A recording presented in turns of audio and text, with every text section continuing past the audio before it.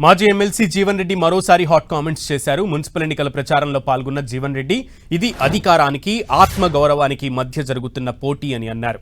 కష్టపడ్డ వాళ్లకు కాకుండా కారు గుర్తోళ్లకు టికెట్ ఇచ్చారని ఫైర్ అయ్యారు. జగిత్యాలలో కాంగ్రెస్ పార్టీని ఎమ్మెల్యే సంజయ్ కలుషితం చేస్తున్నారన్న జీవన్ రెడ్డి పార్టీని కాపాడేందుకు తాను కృషి చేస్తున్నట్లు చెప్పారు. పార్టీ నుంచి వలసవాదులను తరిమికొట్టాలని తమ శ్రేణులకు జీవన్ రెడ్డి పిలుపునిచ్చారు.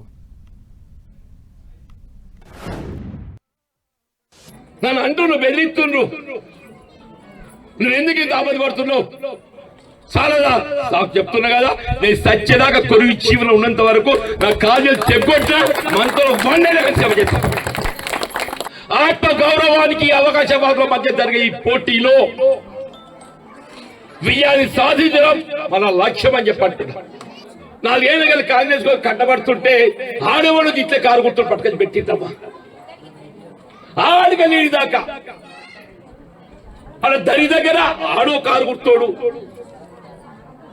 దోనెంబల ఆడో కారు గుర్తోడు, ఈడో కారు గుర్తోడు, ఈ పగబడో కారు గుర్తోడు, కొత్తవాడలో కారు గుర్తోడు, పగబడ పోషవాడలో కారు గుర్తోడు, ఆ పక్కబడి ఇంకో కారు గుర్తోడు, ఆ పక్కబడి ఇంకో కారు గుర్తోడు. నువ్వు ఏడికెళ్ళవో తల్లి, కాంగ్రెస్ పార్టీని మలినం చేయాలని తల్లి. నీ కాంగ్రెస్ పార్టీ కాపాడాలని, నిబద్ధత కాపాడాలని నేను ప్రయత్నం చేస్తున్నా.